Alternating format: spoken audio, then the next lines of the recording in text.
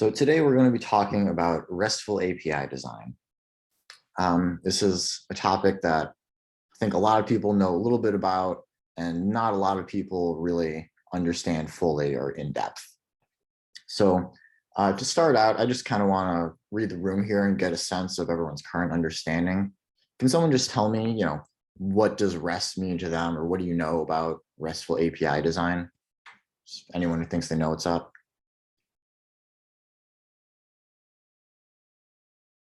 Just shout it out. I think REST API, they send JSON to each other. Okay, REST APIs do send JSON. What else do we think defines a REST API or is an important feature of it?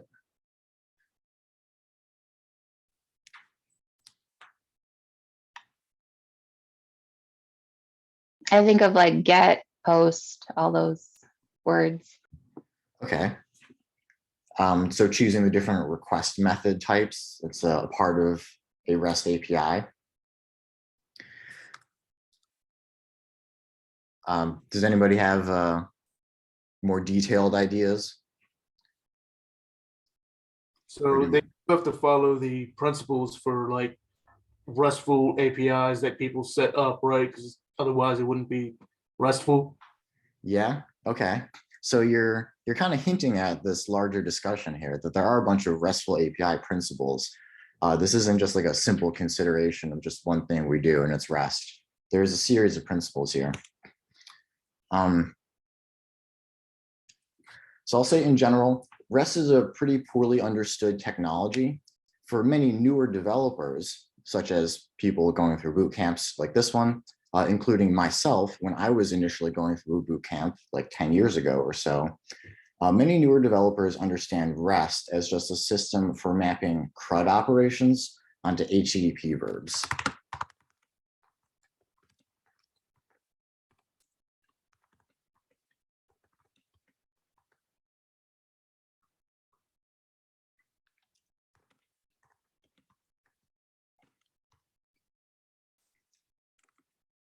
So, people will commonly say get is equivalent to read, post is equivalent to create, put is equivalent to update, whatever. I'm not going to write that table out because I don't actually want you to think about these things in that way. But so that is kind of a naive understanding of REST. Now, in my opinion, this is not quite correct, but it is a pretty useful way to get started. If this is what you understand REST to be, you'll be able to build APIs and use other things with some success. So it's not a bad way to get started, and I understand why REST is kind of taught this way a lot to beginners. But what I found when I was interviewing initially was that this understanding of REST was insufficient. So I graduated from boot camp and I was pretty confident in my technical skills. I could write code, I could build apps and stuff. But I guess I couldn't talk the talk in all situations. And so in my, one of my first interviews, I thought I was doing well on all the technical parts, and we get to the more conversational bits. And the interviewer asks me what I know about REST. And I say, oh, it's just CRUD mapped onto HTTP verbs. And this guy's can't believe that that's what you think REST is. You said you would do this instead of that. You don't know REST, get him out of here. So I was a little salty about that, but I went home and looked up all the stuff that the guy was talking about. And then in my next interview, I just said what the previous interviewer said to the next one, and he seemed pleased with that. But then this other guy had his own very specific question that was important to him that he asked me about, and I didn't have an answer to that, and so I failed that interview. But again, same process. Went home, looked up what the heck this interviewer was talking about, and then incorporated that into my knowledge of REST APIs. And then next time I interviewed, sure enough, I was again asked questions about REST APIs, and I just kept giving the interviewer the answers that the previous interviewers were looking for, until eventually, this happened 6 times, literally. I just failed interviews based on people asking me detailed questions about RESTful API design. Until eventually, after I gave the interviewer all the answers that the previous interviewers were looking for, people started telling me, I guess you know a thing or two about RESTful API design. And now my students when they go interviewing, especially for junior developer jobs, a lot of the interviewers that are interviewing them seem very impressed with their knowledge. I've had a couple of actually specific instances where students of mine go to interviews before they even finish their personal project, and they get accepted for junior developer jobs. Like, they get the interviewer to cut the search short because they're so impressed with this one candidate, just based on their knowledge of RESTful API design. So I think this really indicates kind of like a more sophisticated understanding of a really important professional concept that not many bootcamp students really get a deep understanding of. So what I'm trying to say is I think that there's a lot of good information in this lecture that I learned the hard way through failing many interviews, that I think is going to really distinguish you from other candidates on the job market as junior developers. So this was my initial understanding of REST, just mapping of CRUD to HTTP verbs. So if you go around talking with people who are real REST enthusiasts, you might get kind of a different opinion on the other side of the spectrum. And a lot of people will tell you that you can't fully understand REST unless you read Roy T. Fieldings' original doctoral dissertation, which he published in the year 2000. So Roy Fielding is the guy who basically invented REST. He defined this term in his PhD thesis in Y2K. So in a certain sense, if you want to know everything there is to know about REST, this would be a good place to start. And I've definitely had a lot of conversations with other developers, like at meetups or whatever. And if I tell people, I know REST, this is a way that people will try to flex on me, which I think is really weird. But they'll say oh, have you read Roy Fielding's original dissertation? I've gotten this question 5 or 6 times from real people in real life. And so in some sense, I feel like these people are correct, but kind of useless and wasting your time, because this document is over 20 years old. So the internet, as it is used today, is very different from how it was in the year 2000. And it's very different from how Roy Fielding imagined the internet would be. So let's see. So Raphael, do you see no value in reading his dissertation? I see little value in reading his dissertation. The value I got out of it is basically being able to say that I've read it. I don't think there's anything in there that I can practically apply to the applications I build today, but just for the frequency with which people ask me, have you even read Roy Fielding's PhD thesis? I just want to be able to say yes, and I don't think it was very relevant. Instead of saying, no, I haven't read it, but I don't think I should need to, because that doesn't sound like a very, confident, powerful answer. So yeah, I did actually sit down one afternoon. I read through his PhD thesis and tried to, get what information I could out of it. There are a couple interesting nuggets, but I would not assign it to you as reading. I don't think it's going to improve the applications that you build.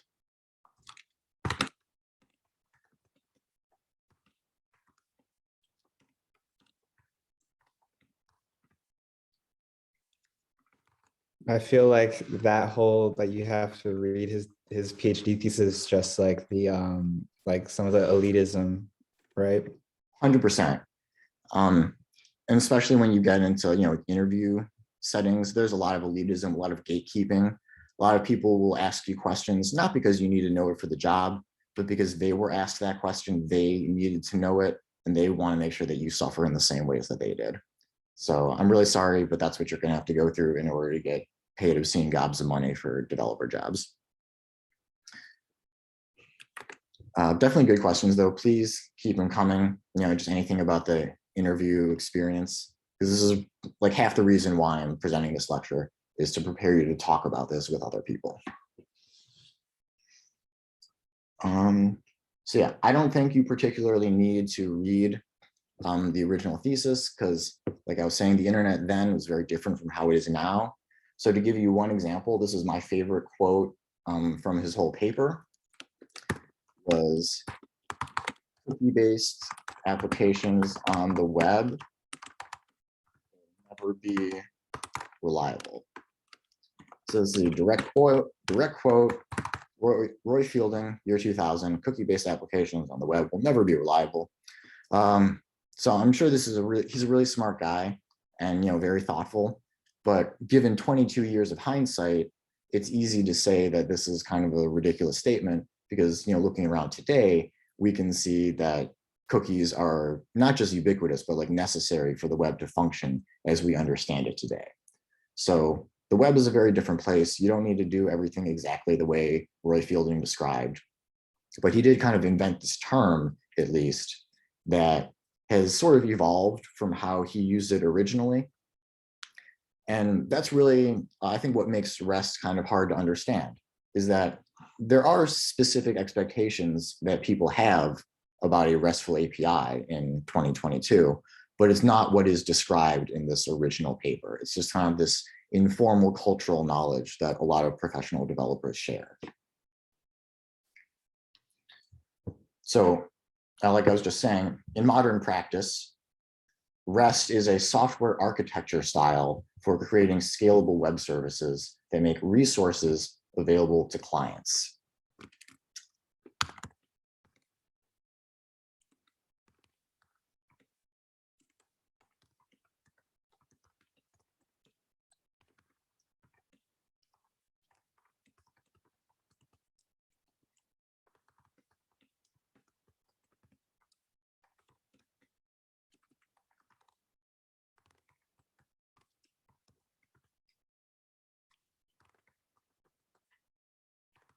So first of all, it's an architectural style.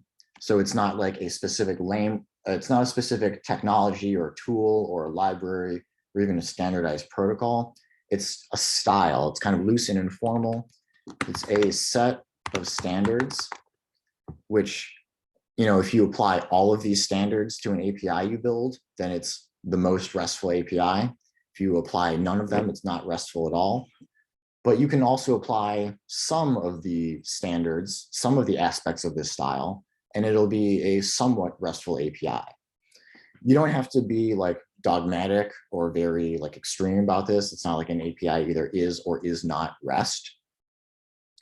Pretty much every API today uses some of these principles of RESTful API design to different degrees. So they're more or less RESTful. So you should apply as many of them as possible, as many of them as makes sense, so that the API that you design can conform to well understood standards. So a couple things I want to point out here also. It's used for creating scalable web services, meaning that we should be able to handle potentially a large number of users. So the API itself shouldn't need to be a very powerful machine, but through elegant design, it should be able to handle, large numbers of users. And we'll talk a little bit more later about how we enable the API to scale better. And what it specifically does is it makes resources available to clients. So what is a resource? So in REST,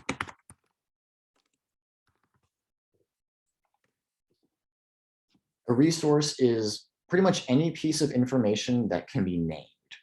So this is very vague, very abstract. It's basically anything that your API might return is a resource.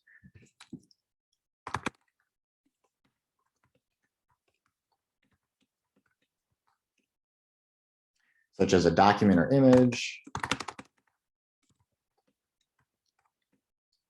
You can also have temporal information, such as today's weather in Los Angeles. So that would change, every time you check it, because the weather is a real live thing that's going on around us.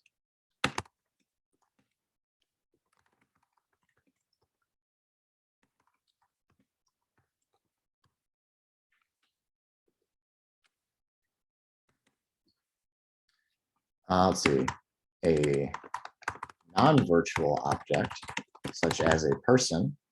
So we've already been, building APIs that represent people. Or also importantly, a collection of other resources. So that's kind of an important distinction here. A collection of resources is also itself a resource in REST. So like a single user is a resource in REST that you might return to a client, but also you could say that the entire users table is like one resource. It's a collection resource. So, you know, a user can query for all of your users. That's one resource that they're requesting. So like we might have mentioned before, like different operations, like there's get, which returns one resource, and then there's list, which returns like a list of resources. Well, kind of in REST, those are both the same thing. It's just get versus like an individual resource or get a collection resource.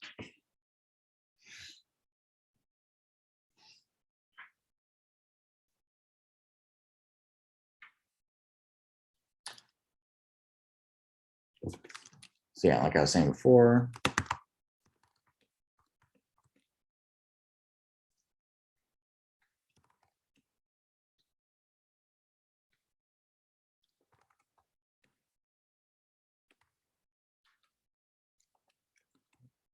so sample URL for like a single resource might look something like API, v2, users, user ID. Commonly have a version number for your APIs. So I just put a v2 there.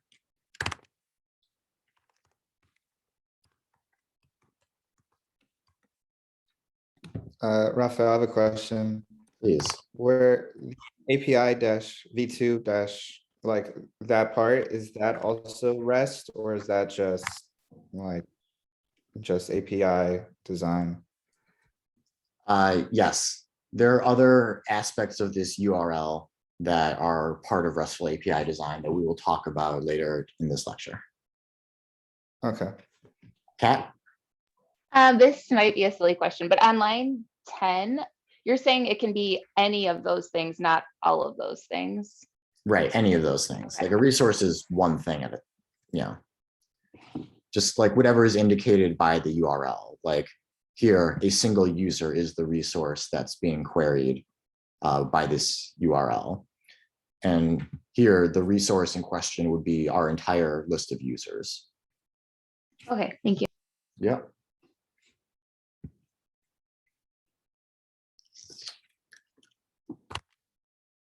So also, resources can be queried using HTTP verbs. We often call these HTTP methods, but today I'm going to emphasize the doing aspect of these HTTP methods, how they do different things from each other. So we're going to call them HTTP verbs today. Another basic background information about REST APIs.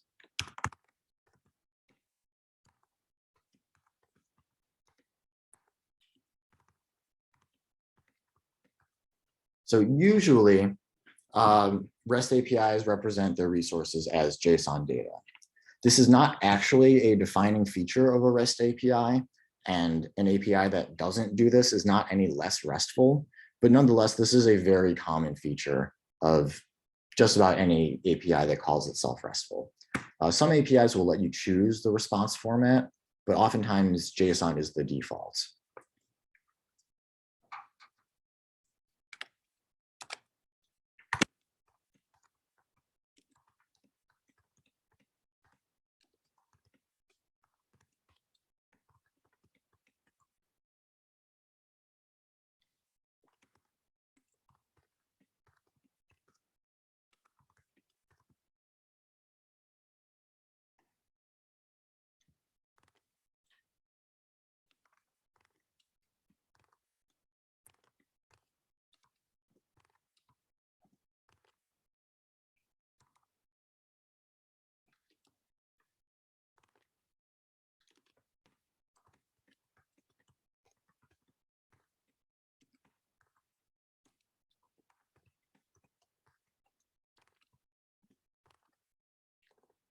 Okay, so here's some just sort of basic background information about REST.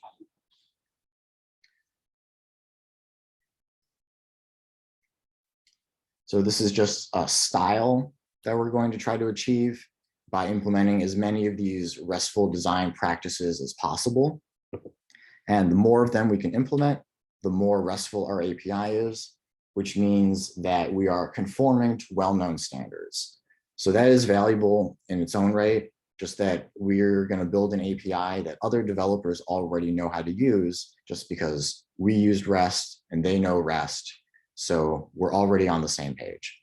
We could just build an API using different standards with a different format that might actually make more sense for our application specifically, if it has various quirks about how our data and our URLs work. But then it would be harder to onboard new developers onto our project. It would be harder, if we're making a third-party API, to get other people to want to use it because it is hard to use. So there's a balance to be struck here between using widely understood standards and building something that more accurately matches the quirks of your own specific application. So we don't need to always follow all of these RESTful principles. In some cases, they might not all make sense, but we'll try to implement as many of them as we can.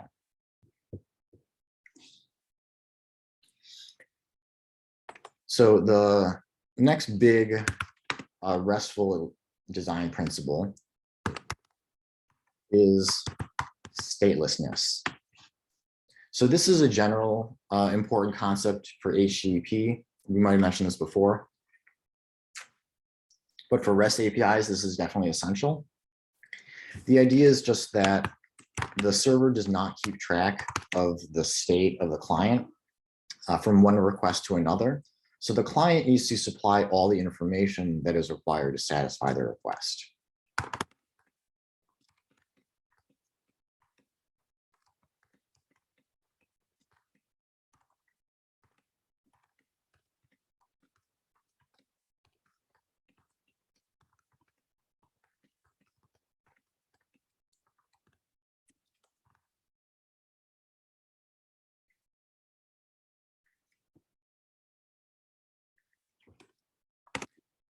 So in a public RESTful API, like GitHub's API, for example, there's a lot of sensitive data that you might want to access.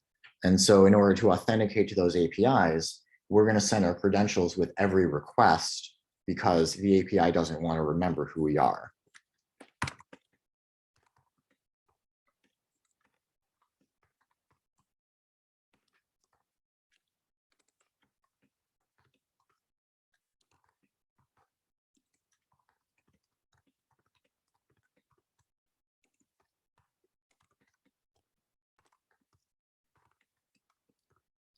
So this is different from the APIs that we're going to build in our own applications, where we're probably going to want to leverage the user session so that when they send a request, we don't need them to authenticate for every request, but we can get their user ID from the session. And then from that, we'll know who they are and what resources they're allowed to modify.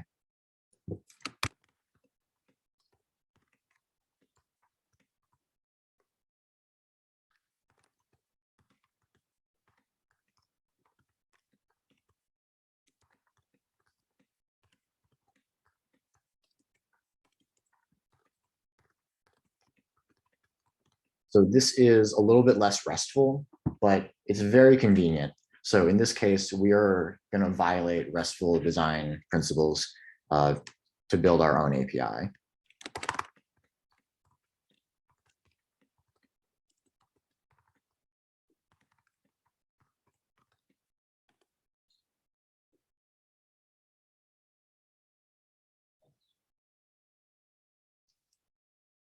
All right, so generally speaking, all the information that the server needs should be in the query string, should be in the URL, should be in the request body. But the server shouldn't have to remember who you are. You can't have a conversation across multiple requests. So I think we've covered that earlier in this program, so we probably don't need to go too deep into that.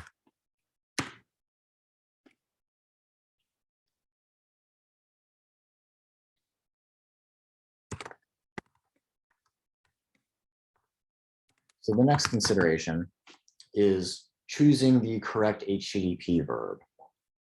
There's get, post, put, delete, a bunch of other ones. Those are the most common ones. So I mentioned before that kind of a naive way of understanding these methods is that they map onto the crud verbs, create, read, update, delete. But I said that that's not quite correct. There's sort of a more fundamental way of understanding the difference between these methods that is a little bit more correct. So now I'm going to tell you what that is. I'm going to drop a bit of a word bomb on you here. It's probably something you've not heard before, but this is really important. So please pay attention. The most important feature that defines these HTTP verbs, most important feature that determines how you choose one of them over the other,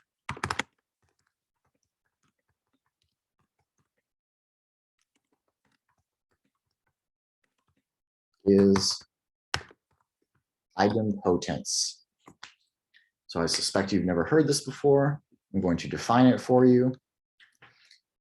So this term is used pretty commonly in software engineering, but I think it's used even more broadly than just software engineering. You could say an action can be considered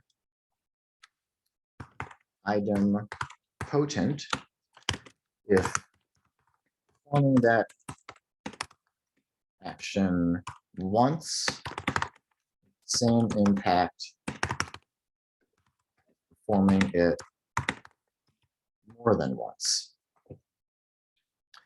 Now I want to contrast this with a similar term that I'm going to introduce also in just a moment, which is safe.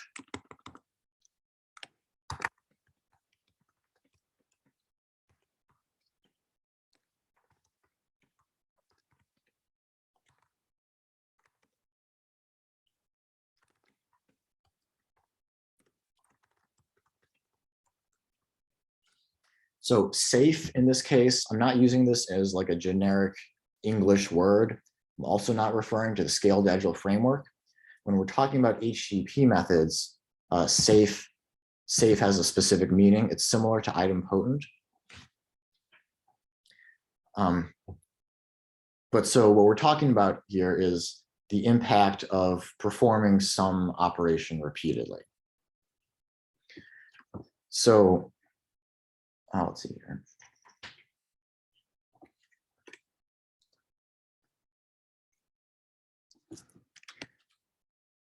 So the get method, the get HTTP verb, is defined as safe, meaning that performing a get request is defined as having no impact on the server.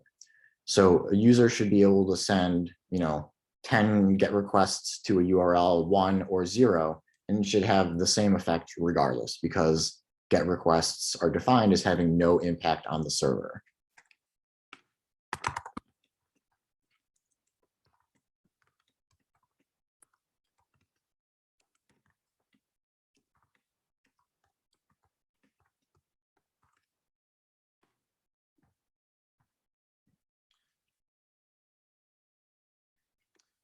Okay, so that should be pretty simple. We can just imagine, you're not updating anything in the database, not creating anything or deleting anything, you're only reading data. So those are the kinds of actions you can perform on a GET request. It's really important that you conform to this, because web scrapers like Google scraper that's just crawling the web trying to see what websites are out there, it's going to just send random GET requests to any URL it can find.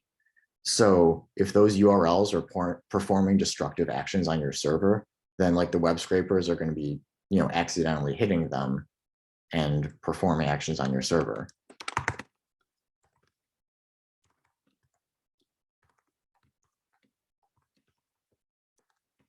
Kat, question? Yeah, I'm just wondering, like, to me, safe kind of like, which has no impact on the server at all, kind of sounds like the same as something that would have the same impact if you perform it once versus performing it more than once. Is there like any more information you could add, because I feel like they sound like the same thing to me. I don't know if they do to someone else, but Yeah, let me give you an example of that in just a second.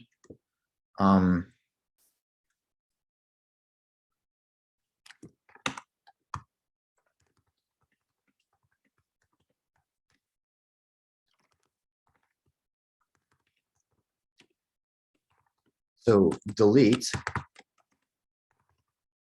is defined as idempotent. So for an example, let's say we send a delete request.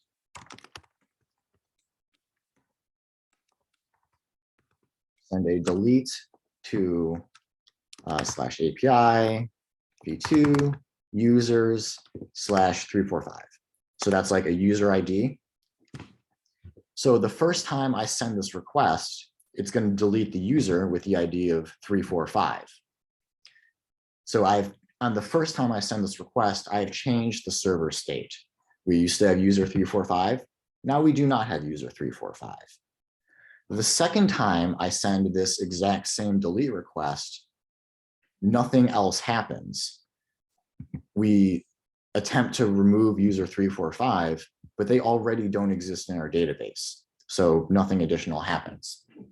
And given that our database will never reuse user IDs, we're guaranteed that running this identical request multiple times is not going to have additional effects.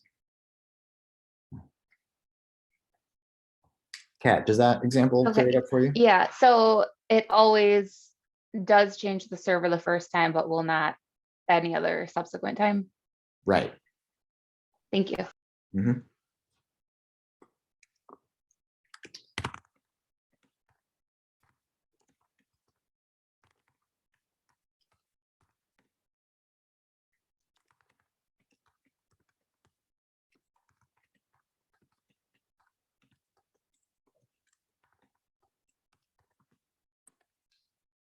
So similarly,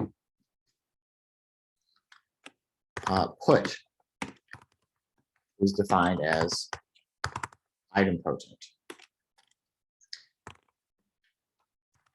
So for an example request, you might send a put request to API v2 users 345, and then you would include a body with it.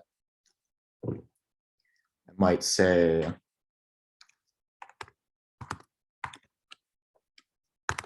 well, this is JSON body. We have to have quotes.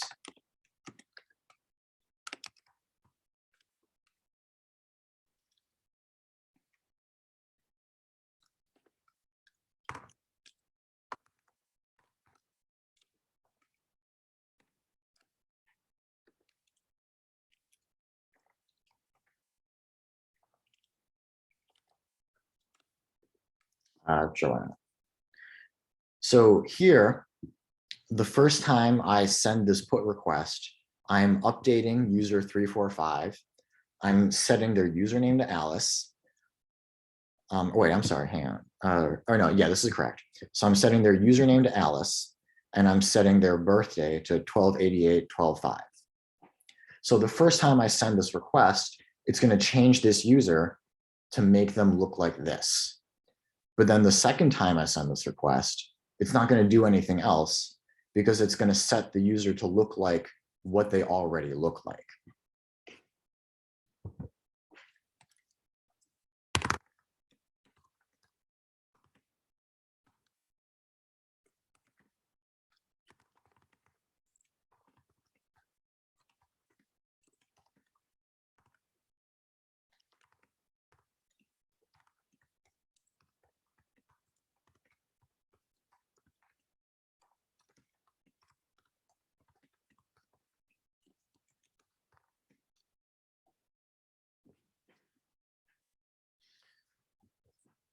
So note the important thing here is that we're specifying the user ID in the request.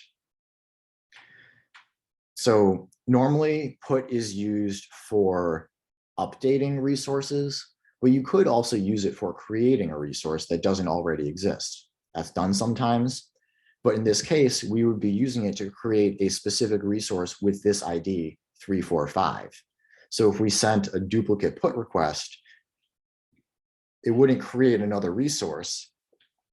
We would get an error from the database saying that a resource with that ID already exists.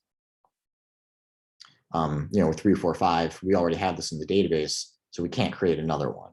So even in that case, put would be idempotent in that running this request twice has no additional impact beyond the first time when we ran it.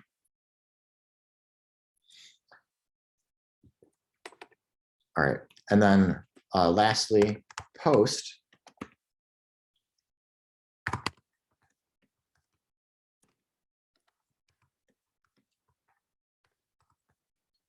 So the post method is not safe nor idempotent. Post is like the wild, wild west of HTTP methods. So basically the client gets no guarantees about what is going to happen when they send a post request.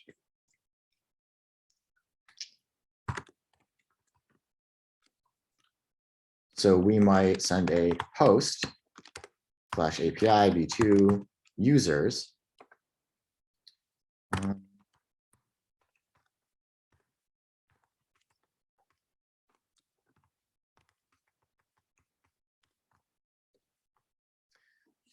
So here, this is a very similar request to the put request, except for post, we're not specifying the user ID. Instead, we're just specifying the attributes for the user, and then the database is going to assign it a user ID when it creates the record.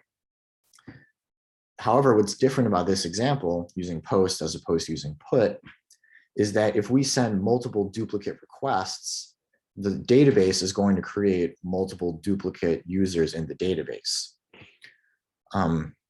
Because what was supposed to be the unique identifier, the ID, we're having the database generate that automatically, dynamically for each request. So, if I send this 10 times accidentally, we're going to create 10 users in our database. And the reason why we care about this is because that's actually something that happens sometimes, is that requests get resent automatically. Sometimes, you're like submitting a form and the user is really impatient, and so they click the submit button multiple times. If you didn't code the front end correctly, that might actually submit the form multiple times, create multiple identical requests on the back end. And you should hope that you're handling that correctly if it's a put or a post request, so you're not actually creating duplicate data on the server side. Also, sometimes networks are just unreliable and they fail for no reason. Sometimes you'll send an HTTP request to a server, and the server will actually receive the request and then send a confirmation that they received the request, but you won't receive the confirmation. So from the server's perspective, they're receiving data, but from the client's perspective, the data that they're sending is not being received. So in situations like that, the client might resend the same request multiple times automatically until they get a confirmation from the server. But they're only going to do that automatically for get, delete, and put requests because those are defined as being idempotent. These are defined as being safe to automatically resend.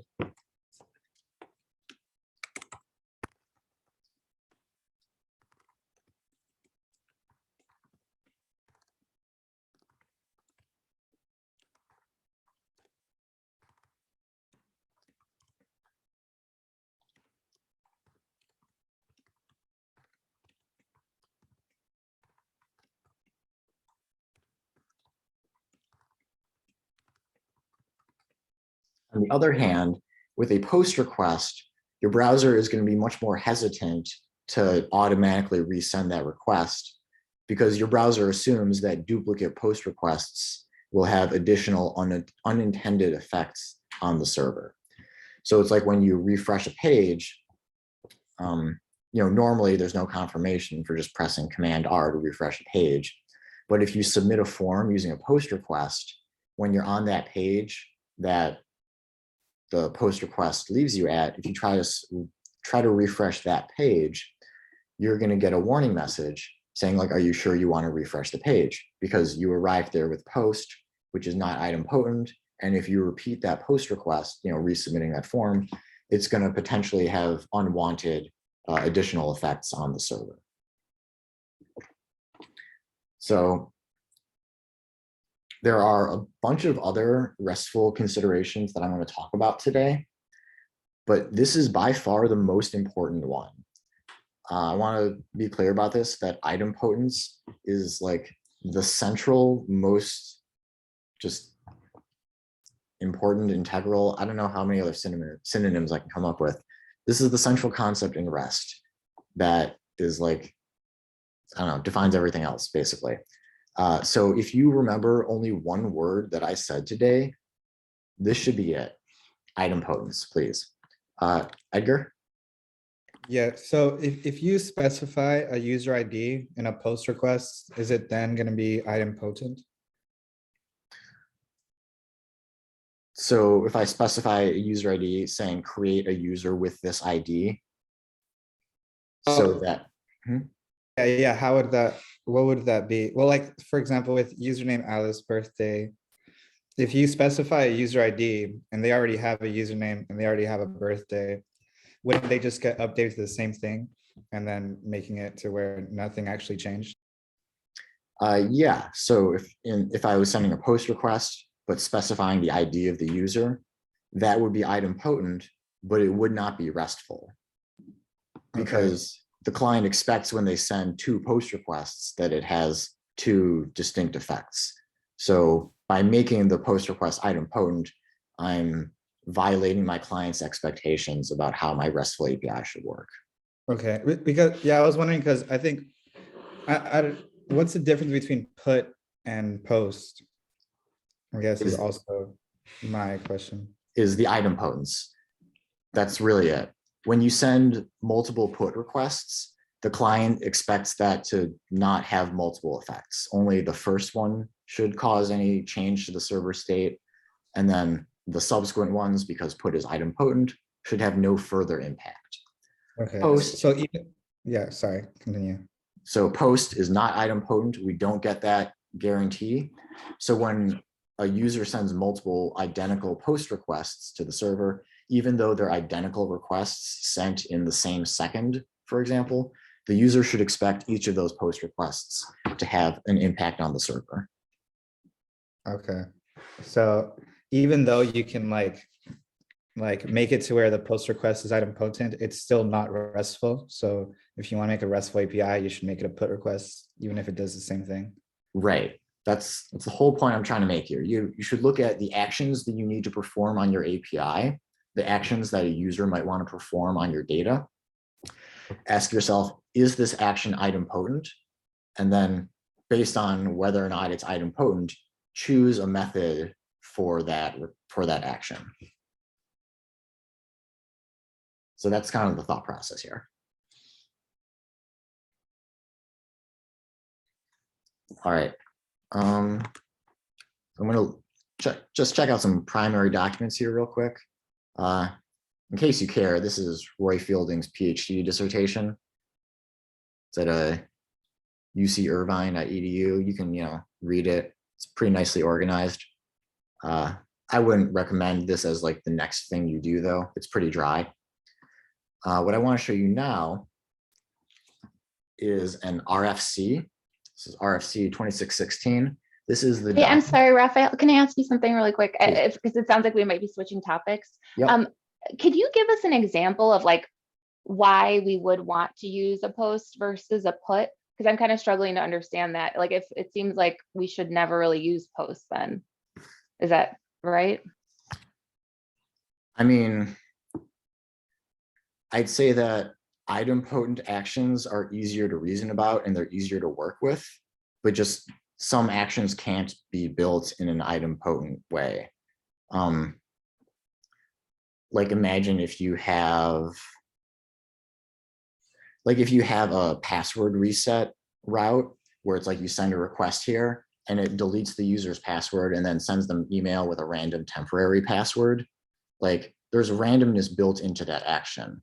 there's just no way that you could build that functionality in an idempotent way, because every time you call that route, you should expect it to give them a different random temporary password.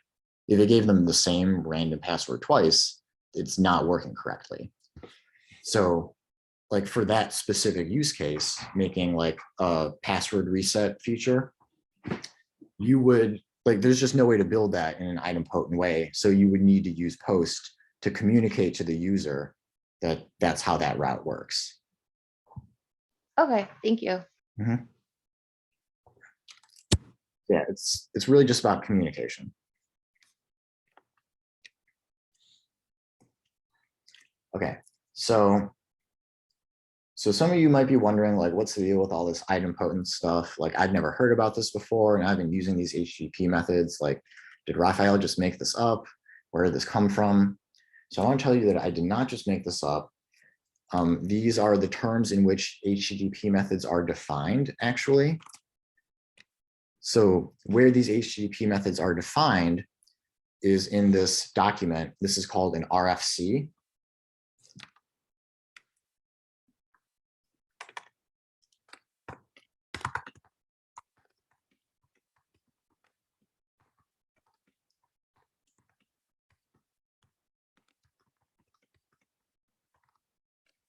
So these are documents that are put together by the Internet Engineering Task Force, the IETF. They're an international volunteer organization that basically decides the standards of the web.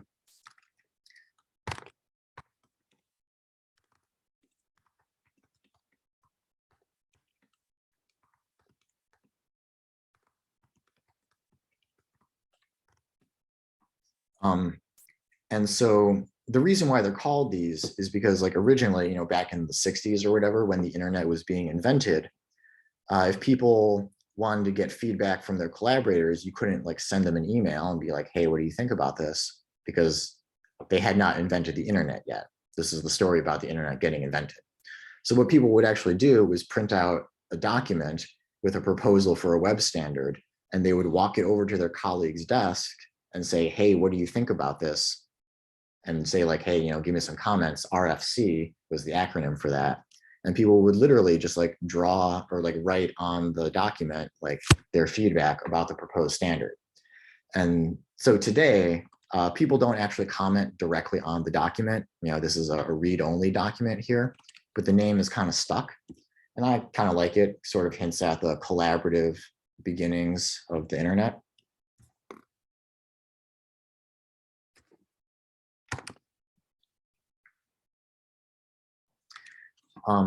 But the point is that these are really the most authoritative documents that define how the internet is supposed to work. So there isn't really like one company that owns the internet. You know, like you can't like look at Google's documentation to see how Google Chrome works. Like, I mean, you can do that because they're the ultimate authority on how their browser works. They wrote it. But as far as like web standards, like what do these HTTP verbs mean? That's defined by this international volunteer organization. And it's defined in these documents. So generally, if you ever get into an argument with someone about how the web works, the winner is the first person who pulls out an RFC and is able to find a good quote to back up their point.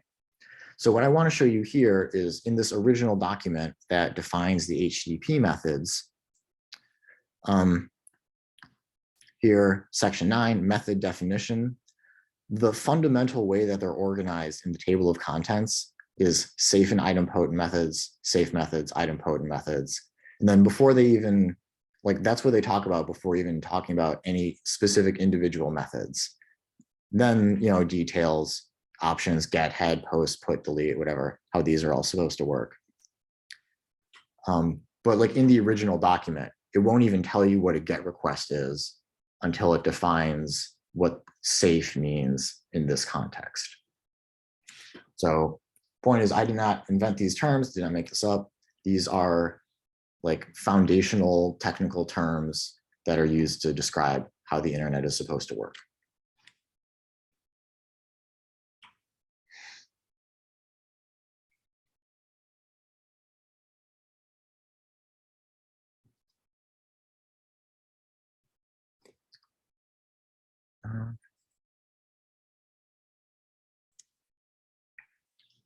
So one other quick point I want to make, delete requests commonly are used for deleting data, but practically in a real web application, you don't ever actually delete data from the database.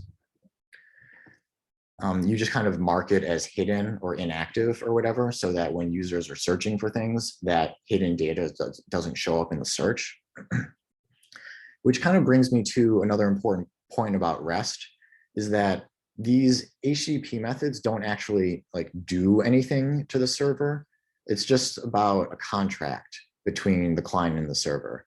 This is just how we tell the client what we can do, what we're willing to do, but we don't necessarily do exactly what we say we were going to do, as long as generally we satisfy the client's expectations. So they're going to send a delete request to our server. We don't have to actually delete that thing, as long as we make sure that after the client sends that delete request, they're never able to see that resource again. We have satisfied their expectations for how the API should work. Andrew, did you have a question? Yeah, when you say that, so delete requests in like well-designed applications today are almost more like put requests where you're changing like a Boolean on the value. Mm-hmm. Okay. Yeah. Makes sense.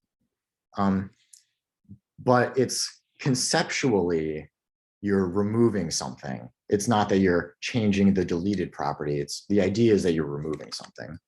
So let me actually give you an example of that. Here's the curriculum.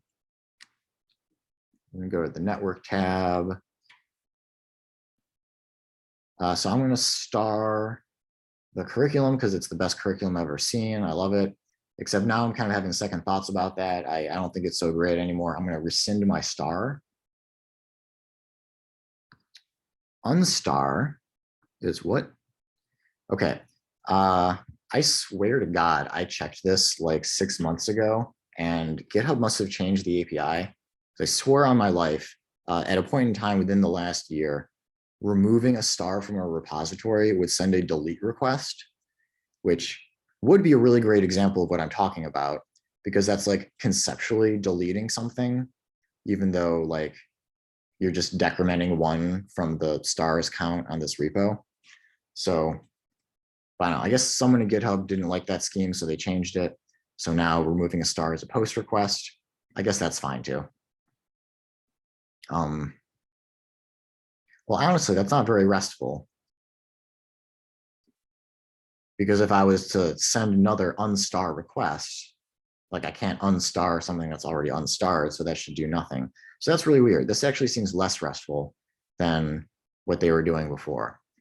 But that's okay, because clicking on a button on the front end doesn't necessarily have to be part of your RESTful API. You can have RESTful parts of your API and less RESTful parts of your API. I know the actual like public GitHub API is very RESTful, but maybe not every button that you can press has a super RESTful API. So that was a little bit disappointing, but I hope you appreciated, the idea at least.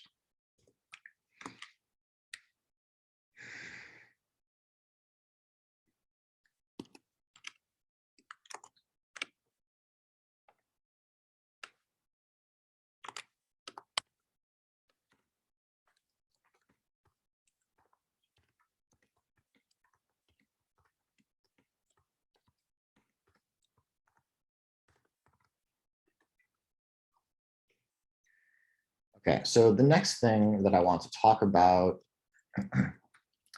is response codes.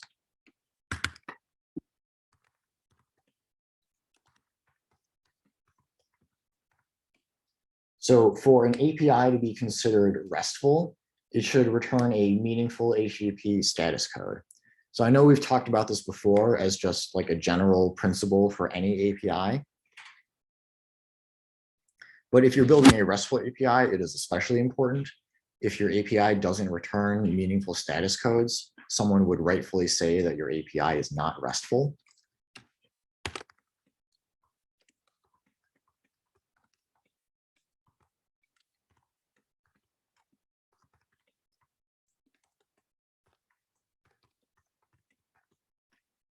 So my favorites, these are probably the most common ones.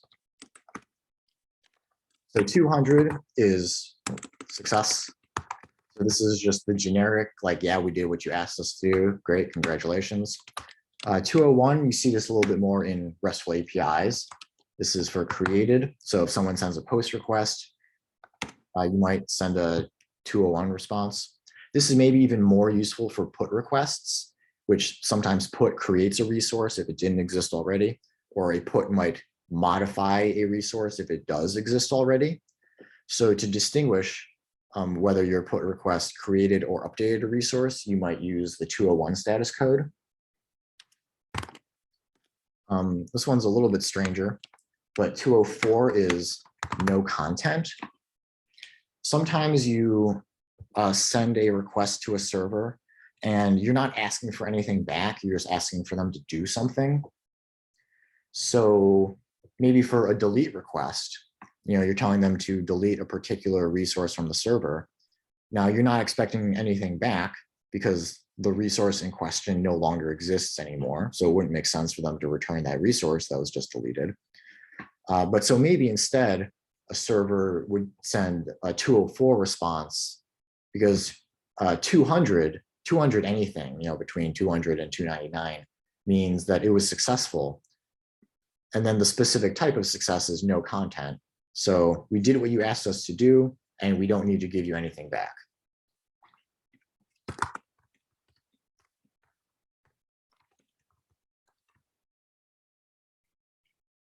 Would that be kind of like when someone searches for a user and there's no user with that ID?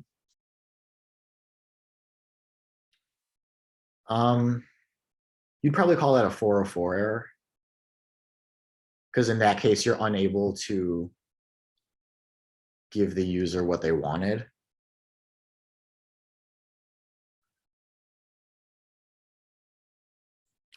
Yeah, I guess there's a couple ways I would handle that. Either a 404 saying the user you requested does not exist, or a different way you can think about it is give me all the users matching this query. Okay, here's the result set, 0 users match your query, in which case I would return an empty array.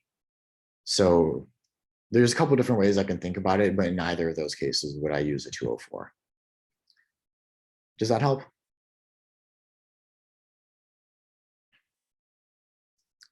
Kind of, maybe. Yes, so maybe not. Yeah, sorry. Cool. Kat, do you have a question? No, but my hand's up. Okay, well, let's hear it. All good. Yeah. So do we manually code these in each time, or is it like something that a lot of like the APIs already have preset? Because I remember seeing a lot of these codes I forgot in Django or React when I was like trying to go to URLs already, and it wasn't like we put the code in for them. In many cases, it'll set these for you automatically. So 200, if Django is able to return a response at all, and like it doesn't throw an error, that was some kind of success. So if you don't set any other status code, Django's going to set a 200. And also, so skipping ahead a little bit here, 500, this is a server side error. 500 through 599 is some kind of error on the server side. And if Django crashes, like one last thing it does before it just crashes and fails to run is it will send an HTTP response with a 500 status code, because if Django fails to send a response, that like by definition means there was a server error.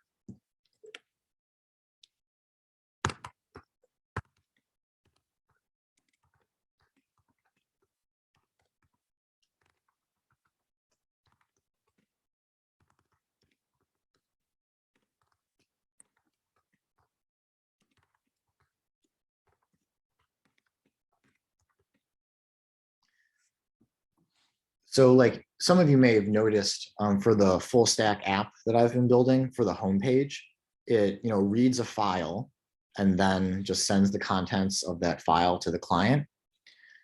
And normally when we're reading files, we would be doing some error handling so that like if we fail to read the file because it doesn't exist or the file is corrupted or whatever, then we can handle that error gracefully and do something else.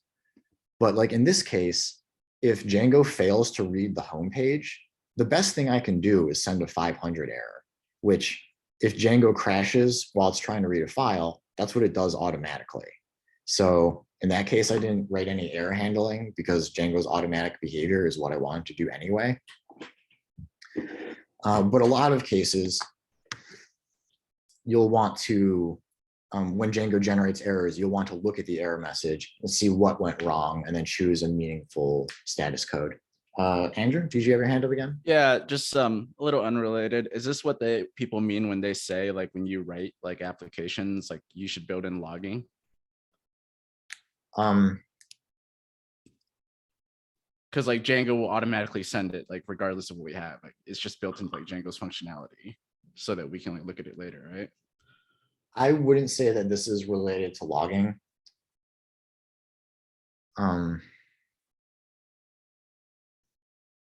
Yeah, this is like for the client's informational purposes, but this isn't data that gets stored on the server.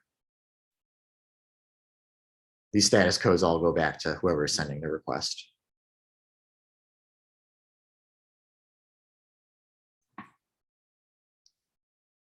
Does that make sense? You have other questions I can help you? Yeah, it helps. I was just trying to see like what would be like the best thing. Like I've talked to my mentor a lot about like logging and its like importance in like applications. That's why I was just like a little confused because he told me it's like really important for junior developers to like understand things like that. I mean, I'd say it's really important, but like just generally speaking, imagine you can't use your debugger for solving a problem when it comes up. And then given that, what information do you need to know about your application while it's running in order to debug any possible problem? So, you know, the kinds of information you would look for in your debugger, you have to know that you need that upfront, log that information for every request so that when problems arise, you can review the facts and kind of trace backwards and see what went wrong.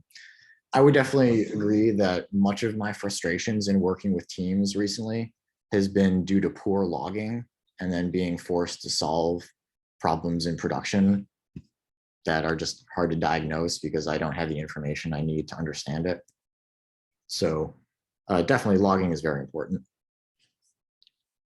But while we're on the subject, so one more little tidbit about logging, you've got to be very careful about what you log because like when users are posting sign up and login forms, you know, they're typing their raw password into the form. And so if you're just blindly logging all of the post fields, all of the like form body fields, you're going to be logging people's passwords as they're trying to sign up. So this is actually something that Facebook got in trouble for like a year or two ago, a couple of years ago, I want to say. The headline was just Facebook storing users' passwords in plain text. And of course, like Facebook knows better than to actually like design their database schema to have plain text passwords. But the actual story was that like some, you know, naive developer was just logging all of the inputs coming in to the API, not realizing that, you know, people were typing passwords in to log in. And so the logs that they were storing had user passwords. So that's how that happened. So hopefully in your logs, you don't store, you know, sensitive private information, cause a HIPAA violation or whatever. Is this related, Raphael? Like in Friday's lecture, you had like the who am I route in the views, or I'm sorry, the function, and you had like make sure you don't send sensitive info to the client in this part. Is that related to what you're talking about now, or is that not? It's kind of related. Being careful in your logs is a little bit more important because if you log someone's plain text password, that's like immediately embarrassing, I would say. Whereas what I was talking about the other day was if I had just blindly sent down all of the user's data, that would include their password hash. And that's not as sensitive. You know, you can't use a user's password hash and then immediately impersonate them. But it would give a hacker some clues about how our database is set up. And it might inspire them to try hacking us. So generally, like there's no reason why you should send a password hash to the client. Just only bad things can come from it. So I would recommend only sending to the client the information that the client needs. Okay, thanks. All right. We're talking about status codes here. So 304 is a redirect. You know, it's not success or failure. Just try again at this other URL.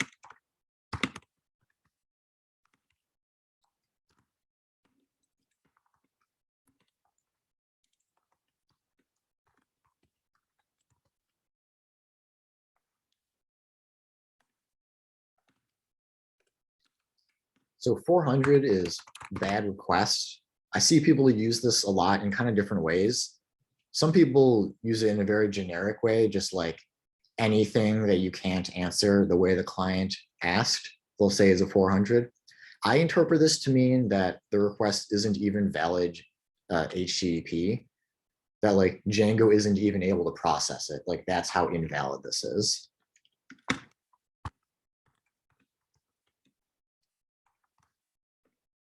So in my opinion, this is not something that you would handle in your own code, but the server would handle it for you automatically if it's just not even able to read the HTTP request. But it's something I see when I'm sending requests, and that tells me that, like, you know, I've done something really bad in my syntax.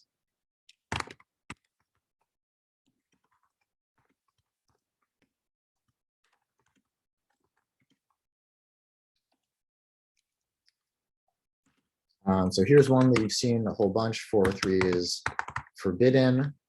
So similar to 401, which is not authenticated. So 401 is you're not logged in, so you can't do anything here that requires logins. 403 is you are logged in, but you don't have the permission to do what you're trying to do.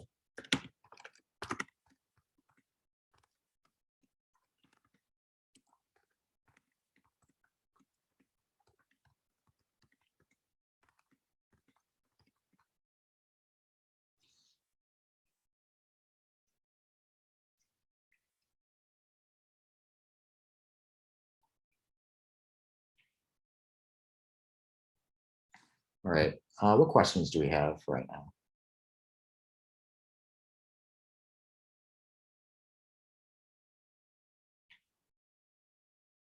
No questions? All right.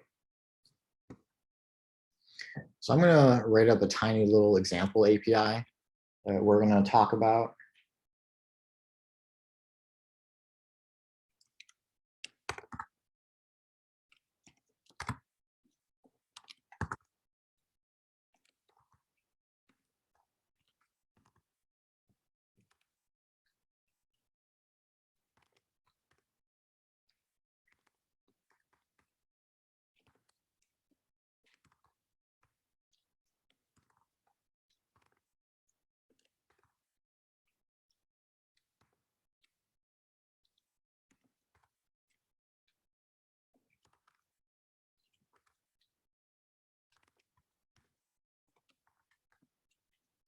Okay, so here's a pretty basic small API showing some example URLs about how we might interact with a user resource, some users.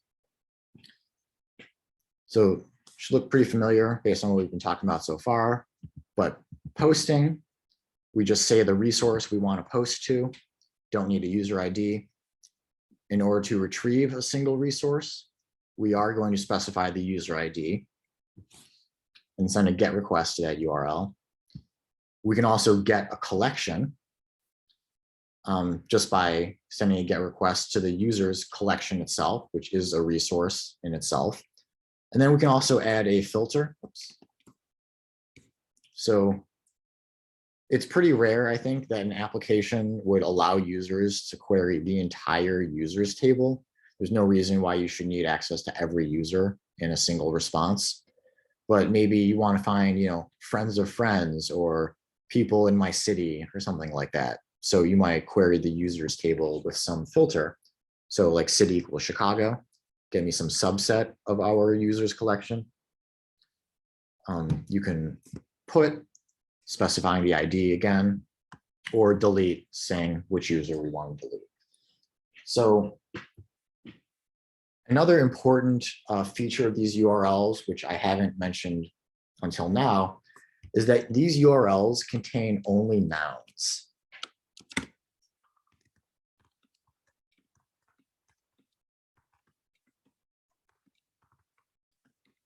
So this was probably one of the first little like buzz phrases that I think I heard from my failed interviews.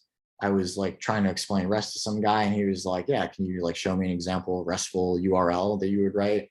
And I wrote something out and he's like, no verb or no noun, or I'm sorry. He said no verbs, nouns, not verbs. It was just these 3 words, nouns, not verbs.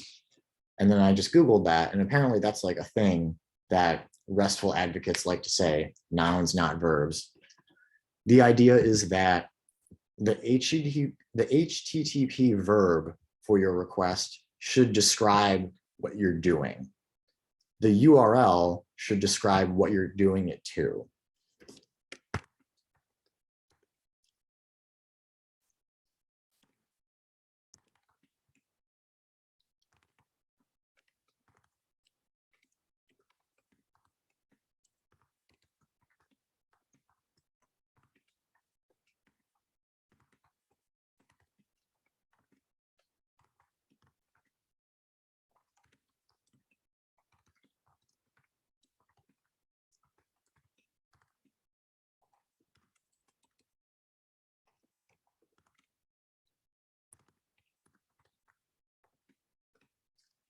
I saw a hand up just now.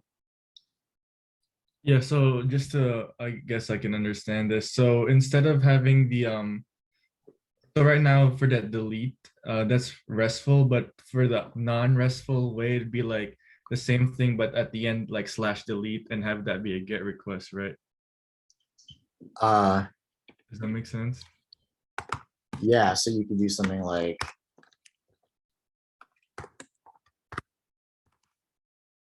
Yeah, that's not RESTful. yeah, Right. this is super not RESTful. Also, using the GET request to delete something from the database is like super terrible. Almost, yeah. So I think a more reasonable but also naive approach would be post to API v2 delete user, especially if you're not using AJAX, if you're just using regular forms, because HTTP forms only support get and post. So if you're not sending a GET request, it's a post request. So yeah, this might make sense as a URL for a non-RESTful API that's just using traditional form submissions.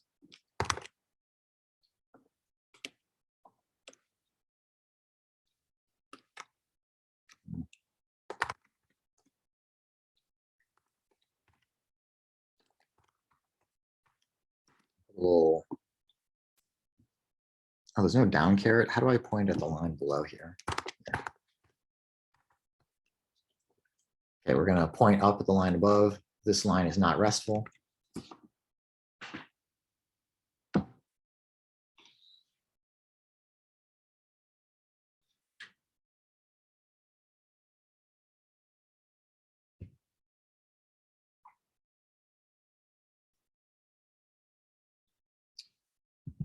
So yeah, I'm just saying that this was something that got me basically like immediately to fail out of an interview by putting a verb into a URL. This guy was like, this kid doesn't know REST, get him out of here.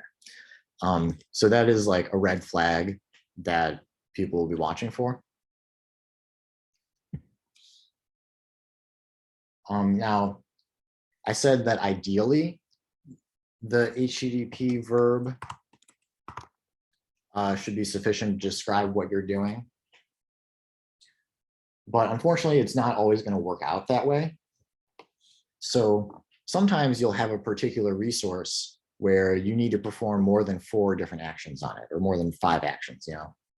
So maybe we add patch in there. Excuse me. Get, post, put, patch, delete. But still, you might have, you know, 10 different actions that you need to perform on a given resource, and there's only so many HTTP methods. Also, sometimes you might have a particular action that you need to perform that, what do you call it? a particular action you need to perform that doesn't really match any of the individual HTTP verbs. So you might want to like create a new HTTP verb somehow. Well, you can't do that, but there is this concept in REST of actions. It's sort of like a resource. It's a nested resource underneath another resource. It looks like a verb, but technically it's a procedure. It's a thing you can do that has a verb name. So an example of this, let's say you need to reset your password. And I was saying before how that, generates a random password for you to log in with, sends you an email. An API for that might look like post/API v2 users 345 / set password. Or let's say reset password. Because the regular post, or let's see. So yeah, we could maybe update the user's password with put, but that would be to update it to a specific password. So that would be the idempotent form, but that's not what we want. We want to set their password to a random password for a secure modern password reset feature. So that's like another functionality beyond just the basic for CRUD operations. This is kind of a specific action, has some extra logic. So I am using post. That's RESTful because this is not an idempotent action. Every time I send this request, it's going to generate a new random password. But unfortunately, I've had to put this verb in my URL, which is kind of a little bit less RESTful, but you can consider that reset password is not like a verb in my URL. This is a nested resource underneath users. Just password reset is kind of like a procedure that belongs to a user that can be invoked in this way through my RESTful API. I know that sounds kind of weird and it doesn't quite sound like it fits into this whole RESTful scheme as much as everything else that we've talked about. But like realistically speaking, this is something that people need to do sometimes. Sometimes you just need to have more actions on a resource than you can describe with just get, post, put, and delete. So you need to come up with custom stuff. So REST does have this built-in concept that you can have exceptions to the nouns, not verbs rule called actions. And so again, I want to show you that I'm not just making this up. Where is it? So in Django REST framework, the great thing about it, of course, is that it does most of this for you automatically. You just give Django your models and it will automatically create a set of URLs that perform basic CRUD operations using URLs and methods that conform to these RESTful standards. But sometimes you have some extra custom logic that isn't just a basic CRUD operation. And so Django REST framework won't do that for you automatically. You're gonna have to make some custom functionality for that. And so Django REST framework makes it easy enough for you to add some custom functionality in addition to all of your automatically generated routes. So I haven't coded up an example for you here, but I just want you to know this exists. We've got a basic view set here, inheriting from the model view set. We can define an action. So I was even telling you just now in the RESTful terminology, these are called actions. And so that's actually the name of the decorator that Django REST framework uses. It's called action. So you got to tell it if it's a list or a detail method. So is this an action on the user's collection itself, or is this an action for an individual user? And then what method do we use to send this request? So this block of code here is saying that this user API that I'm building should have an extra method, an extra URL available.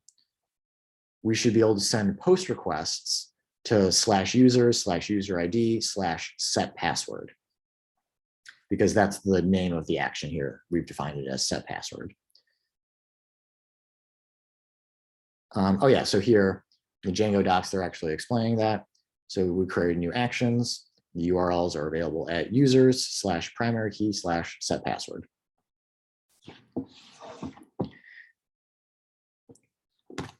So even though Django REST framework is like all about standardization, it even has a standardized way for us to add exceptions. And that's what I think makes a really great framework, is when it does as much for you automatically as it can, and then also gives you the power to customize things individually as you need to.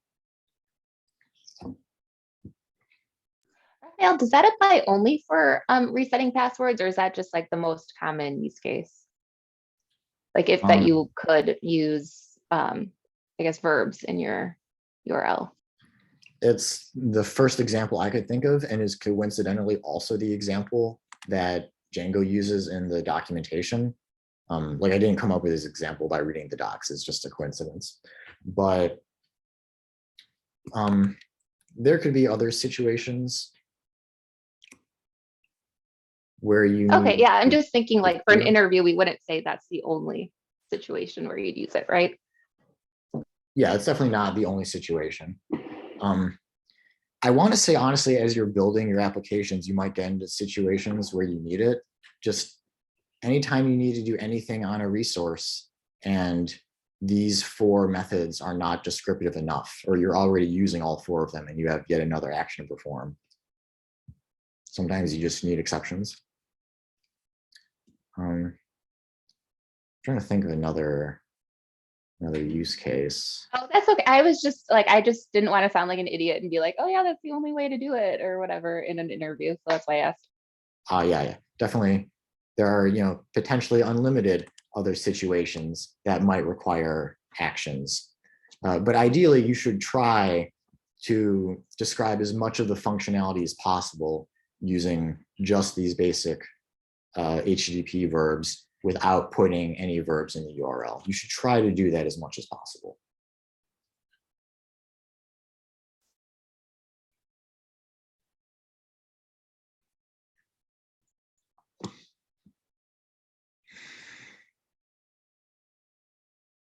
Okay, so these points that I've mentioned so far, I think of these as being kind of the most important points, most important aspects of a RESTful API. It must be stateless. And probably the most important thing is that you choose the appropriate HTTP verb based on the idempotence of that method. Choosing meaningful response codes is very important. Now, there's a few other RESTful API principles that I want to talk about, but I think that these other ones, as I get further and further into this lecture, are a little bit less important, and it's a little bit less common that you'll see these on APIs that call themselves RESTful, because it's not binary, yes or no, this is REST, but it's more or less RESTful. So you'll find APIs that call themselves RESTful that don't necessarily do all of these things. So the next one, which is nice, is caching. So when you send a request to an API, you get a response back. Your browser would like to know how long it can save that data for. Because in the future, you might send that request again, and your browser wants to try to be efficient, try to save you some trouble, save some work. And if your browser thinks that it already knows the answer to the question it's asking, it'll use the copy of the data that you have saved locally instead of actually reaching out to the server.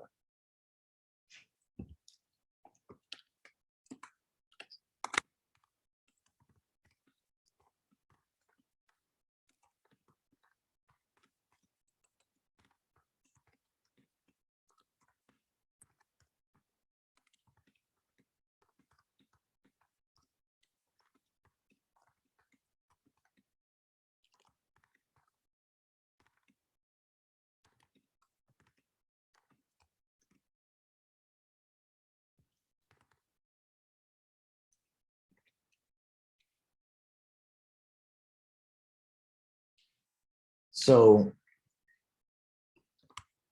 Well, see if we can just get an example of that header real quick. Okay. So in pretty much any response from like any server, but especially for a RESTful API, you should expect this cache control header. So this header is how the server tells the client how long this response should be good for.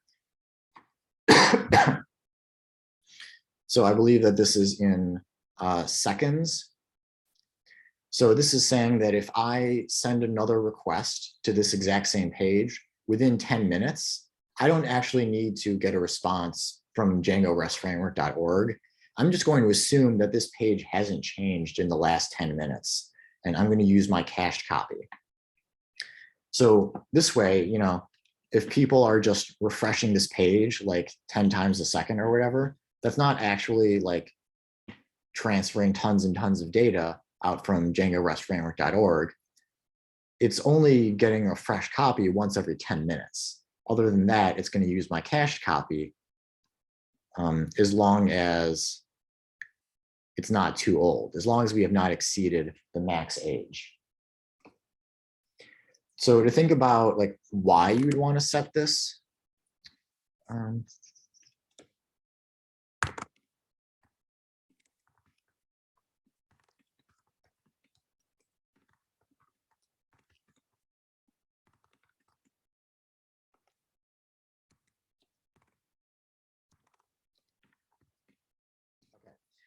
so think about the different types of data that we might send back from an API.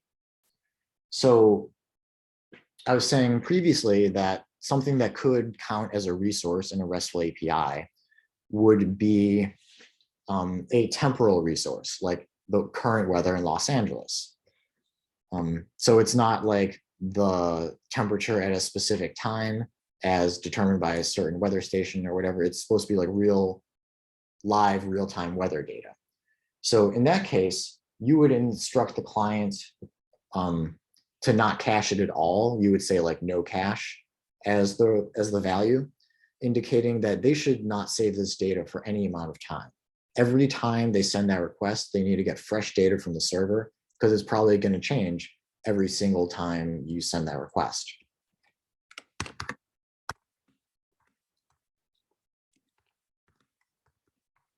Probably an even better example would be a random number generator.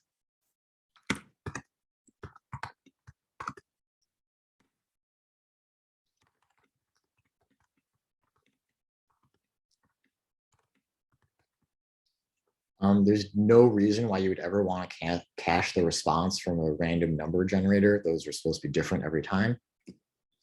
So you would tell the client to never cache these responses.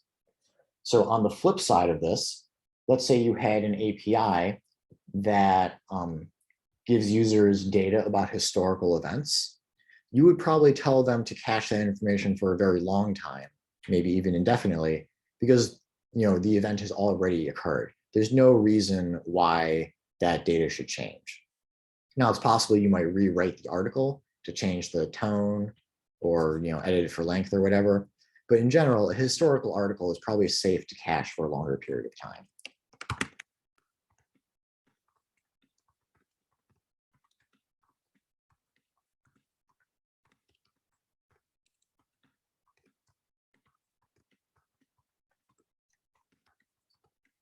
Andrew, did you have a question? Yeah, is this also used for us to reduce server load on the back end? Yeah.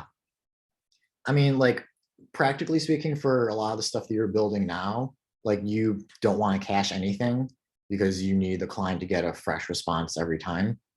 You're expecting that the user might be different every time it's requested, or articles might be different every time they're requested, preferences might be different every time they're requested. And it can be very frustrating for a user if they think they changed something and then the next time they try to query it, they actually get the cached version and they see an older copy of it and they think that their actions aren't having any effect. So for our user and app data, our internal API, probably not going to use much caching. But for a third-party API, this becomes very important. And this is part of the scalability that I was talking about earlier. If every single client is actually fetching like the full data it needs from your API every time they send a request, you're probably gonna struggle to serve all the different clients, because some of them are probably not like, you know, being written very efficiently. Maybe someone somewhere like is fetching data from your API in a use effect and they accidentally got an infinite loop. So they sent like 10,000 requests to your API over like the course of a minute or something. But in that case, you know, you could try to cache as much as you can of those responses to avoid, you know, transmitting tons of data, and instead just telling the client repeatedly, you've already got this data, I'm not sending it to you again.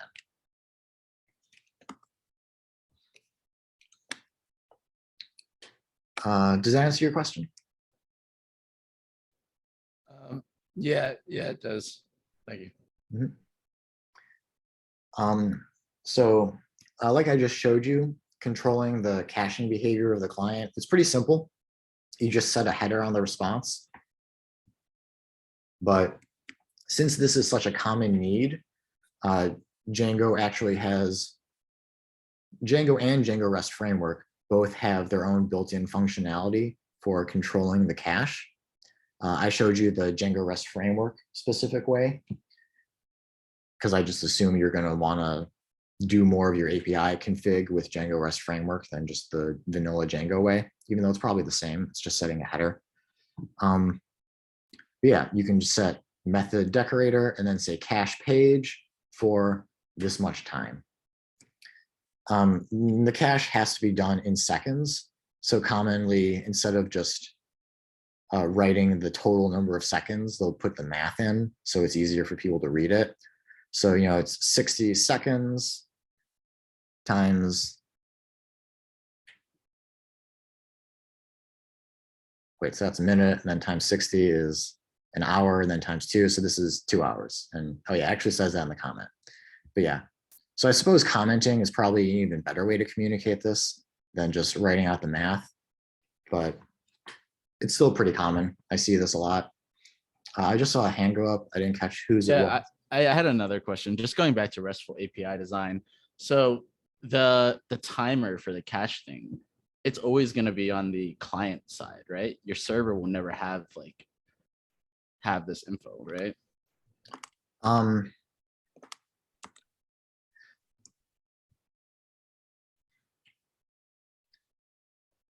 I want to say it's server side.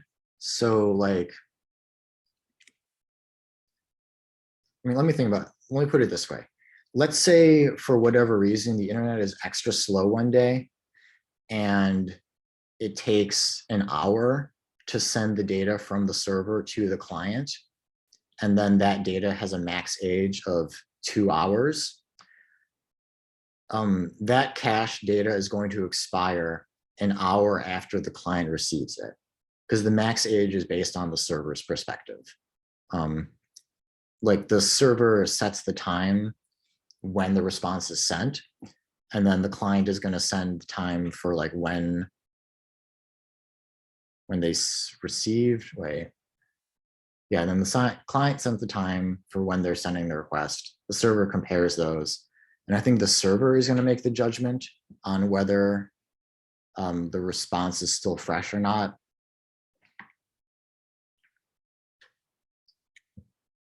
Sorry, there's some details that are a little bit fuzzy to me.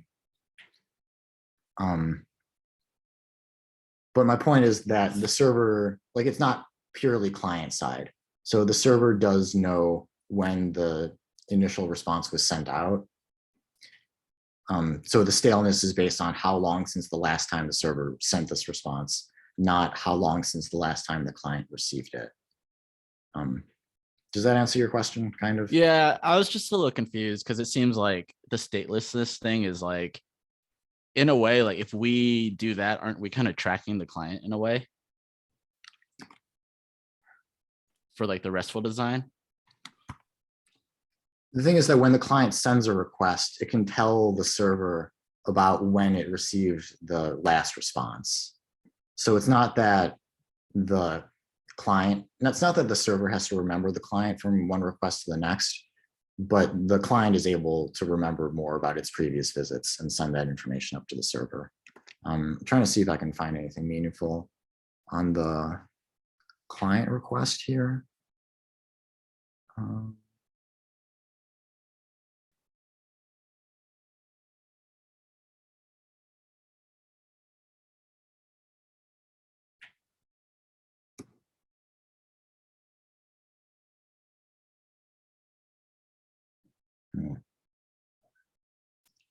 So, I mean, here we can see that the client knows not to cache this response, but this is just an HTML page.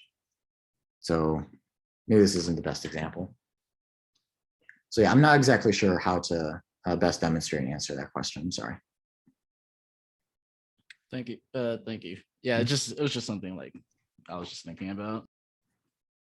All right. I mean, it's good to have thoughts, ask questions and whatnot. And certainly I don't know everything that there is to know about REST. I like to believe I know more than your average developer, but it's building APIs in general is a complicated problem. And, you know, I don't know for a given problem what would be the most agreeable situation to the community of REST developers all over the world.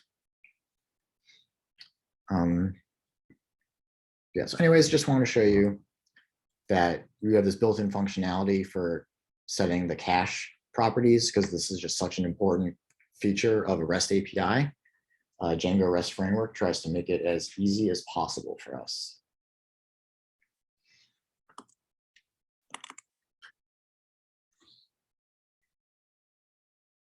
Okay, so there's one last RESTful principle that I'm going to cover today. So this is probably the grossest acronym that I've seen in my career as a programmer. The last RESTful API principle is, I don't even know how to pronounce this, HATEOAS, something like that.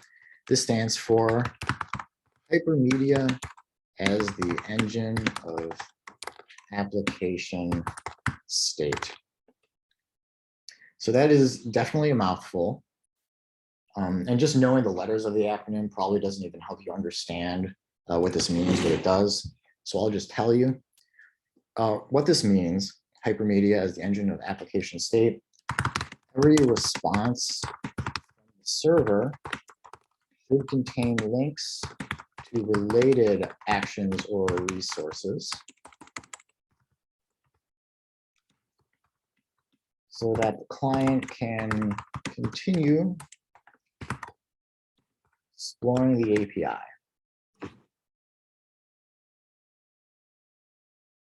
So as much as possible, developers shouldn't need to read our documentation in order to know how to use our API. You know, just knowing RESTful standards, that helps them not read our documentation because we're building it on shared standards. But also the responses from our API should give them clues on how to continue using our API. Now, I've saved this consideration for last because I think this is kind of the least relevant principle of RESTful API design. And it's certainly the biggest hassle to implement of all of these. So given that it's comparatively lower value and comparatively more effort to implement, this is one that you will see less commonly. If you're using some API that calls itself RESTful, but they're gonna miss some aspect of RESTful API design, this is most likely the one that they're missing. But we do still see it occasionally. So the reason why I don't think this is very useful is that, like, this makes sense if you're interactively exploring an API, like you're sending one request, reading the response with your eyes, and then choosing where you want to go next, and then sending another API response. But it's not really how we use APIs. Generally, when you're building an application that depends on API, you have to know the structure of it up front so that you can programmatically send requests to that API based on logic in your application. So this concept makes much more sense if you're talking about like an HTML API where every request returns an HTML page, which has anchor tags, which themselves link to other HTML pages. So in that kind of an API, in that case, HATEOAS makes a lot more sense, which that's actually just how the web works. So you could consider the web itself, just clicking on links to get to other web pages is kind of like a RESTful web API that implements HATEOAS in this way.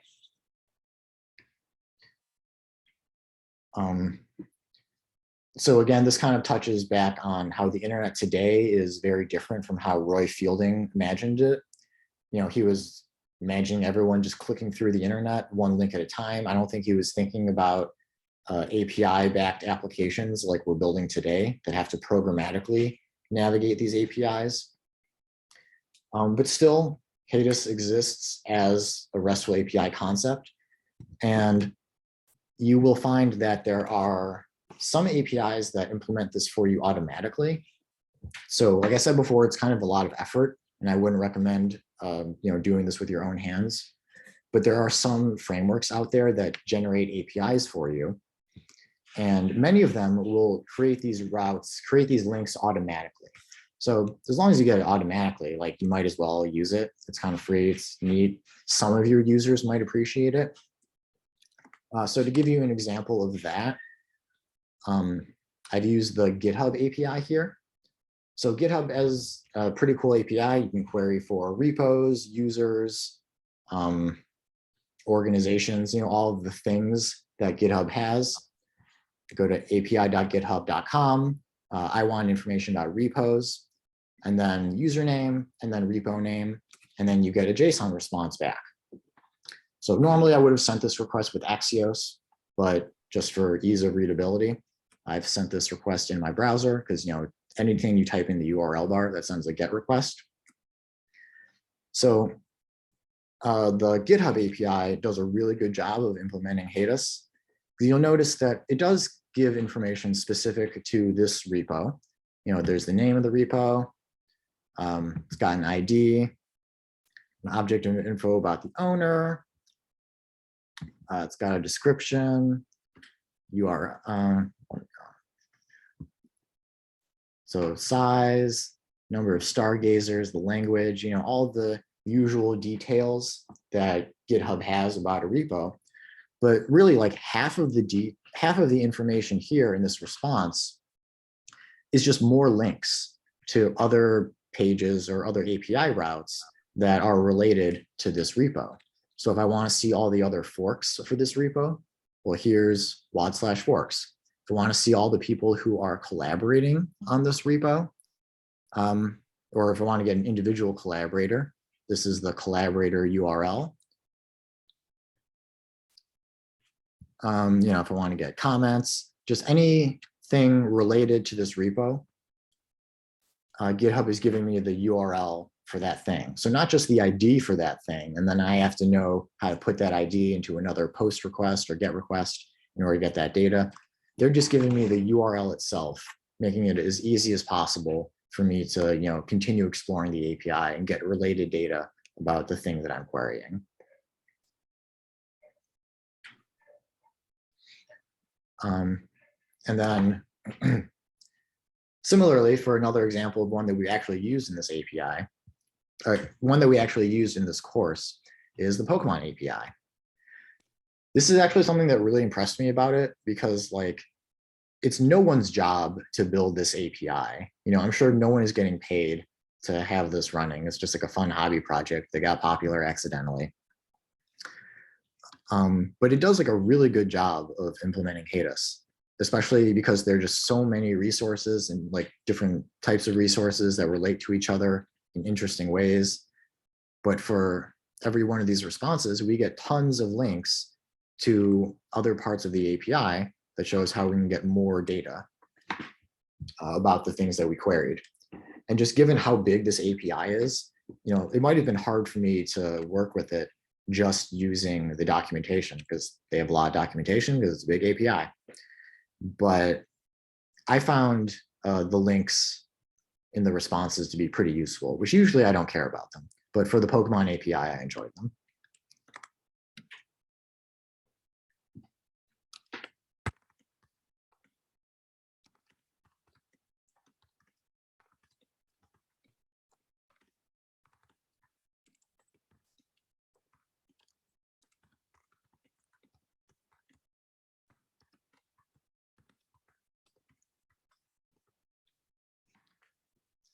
So if I was going to give you an assignment or an assessment that was just like memorize all the principles of RESTful API design, idempotence would be like 50% of the grade. And then HATEOAS would be 1 bonus point, just to kind of put things in perspective here. They're all important. It's all part of RESTful API design, but some of these things are more important than others.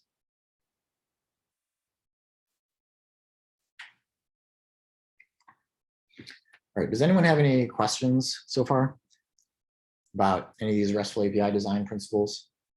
Just want to talk a little bit briefly about some example URLs, some scenarios, pose some questions to the class, kind of try to test your knowledge. Yeah, anybody have any last minute questions here before we continue? Question, nothing, okay. So pop quiz, we are building an API for a bank. We need to write some RESTful routes to handle some common actions that might happen with our accounts, or credit cards or whatever. So let's imagine that we're a user, we have an account in this bank, and we want to view our current account balance. What would be a RESTful URL, a method and a URL for viewing an account balance? API v0 account get. The request would be a get request. Or instead of account and balance, maybe. So just Or, slash balance. oh, now I'm getting confused. I like to count. Not a bad start. Okay. Account and then like a number for the account and then slash balance. Yeah, I was thinking like v0 user and then account and then maybe checking depending for like a to specify what type of account it is and then the ID. So I'm assuming we've only got one type of account. This would just refer to like an accounts table, or maybe within it, there would be different types of accounts, but that wouldn't be indicated in our URL. I'm not sure if I like this though, because the balance isn't really like a nested field or isn't like a nested resource. It's part of the account resource. It would just be like a field on the table. But to indicate that we want just the balance and not the entire account, I'm going to add a query string here.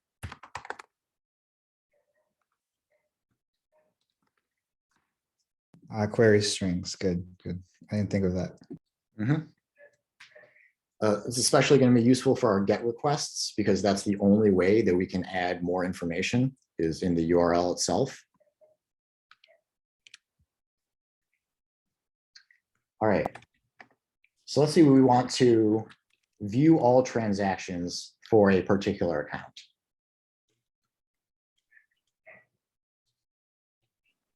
It'd be the same thing, but the query string would fields equals transactions instead of balance. Well, I don't know, because remember before balance would have just been one field on our user. So we're just getting one field from that user table. But here the accounts, that would be its own separate table, or I'm sorry, the transactions, that would be its own separate table. For every time they add money or remove money from their account, we're going to make a new record saying what transaction happened, what day it happened. So then it would just be transactions and then the ID? Or yeah, I like that. okay. So there's a couple different ways we could think about this. But I'm choosing to think about transactions as being kind of a nested resource that are inside of accounts. And so this is a URL that says, hey, get me a transaction 987 that belongs to account 123. Now, some people might say that this URL is kind of redundant because the transaction IDs are unique. So in theory, these two URLs should be equally valid. Like you could represent the same action with both these URLs. because like in Postgres, you know, even if the transactions relate to the accounts with a many-to-many relationship, they have their own table, they have their own IDs. We don't have to like drill into accounts and then get into transactions if we know that we have a Postgres database and we can just access the transactions table. So some people might think that this is a little bit more straightforward. Some people think that this is more legible, more understandable. I don't really have strong opinions one way or the other.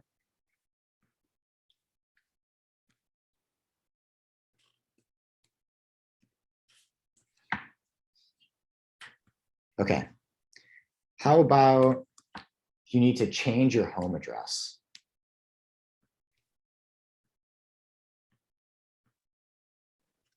It'd be a put request, right? Okay. I like put. What's a good URL for that? API v0, I guess, for the version. And you said you were changing the address? Yep. Slash account number. And then would that be a field of the account table? The addresses? Or user account. Oh yeah, account. You could also do what we did with transactions where it's just two, right? Because the ID for address will be unique. So you could just do address ID instead of accounts. Yeah. Oh, you're saying a set of accounts?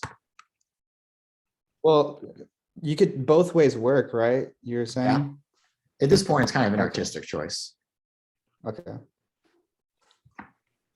So yeah, we could say that the address is sort of like a nested resource that belongs to an account. And then of course we need to know which address we're updating. And then this would need to have a body that says what change we're making.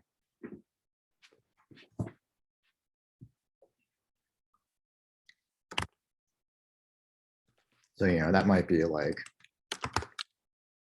zip.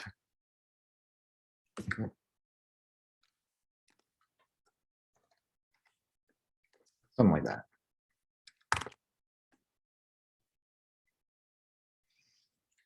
Okay, so one last little scenario here, then we're going to go on to a slightly different exercise. Let's say we need to make a deposit into our account.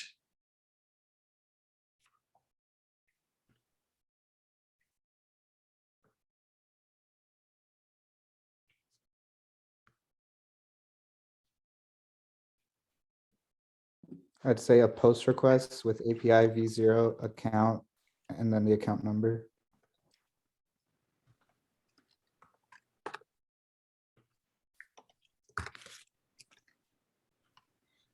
Okay, what does everyone else think about this? My initial thought process was like a deposit. It couldn't be was it an itempotent, because if you ran it twice, it would just deposit it again. But I still think, yeah, it's either put or post, because you do need to make a change to the original count balance. Yeah, I had a similar idea to John, and that's why I said post, because if you deposit again, the number will increase. And if you deposit again, the number will increase. Mm-hmm. So let me phrase this a little differently. Forget that we're making a deposit. Let's say you just saw this URL without any context. What do you assume that this URL does? Can you account? Creation. Yeah. Creates account. Or well, I guess it would be kind of weird to use the ID number when you're creating an account. Because, you know, for post requests, you don't specify an ID number. The database is supposed to create it for you. For put requests, you would specify the ID. But still, when I see a post request to accounts, I assume that that's to create a new account. That's kind of the naive understanding of what posting a resource is. You're creating a new version of that resource. So to make a deposit, I think that this is just another action. like I've already defined too much behavior for my accounts resource. So I'm going to create an action here. I'm sure many of you were not thinking about this because I spent so much time talking about nouns, not verbs. Yeah, that's what I was thinking with deposit. I was like, well, that's a verb. So. And I guess it's actually ambiguous here. I'm using deposit as a verb. This is an action. This is how the user makes a deposit on their account. It's like an action that can be formed on this resource. So it's not the noun deposit.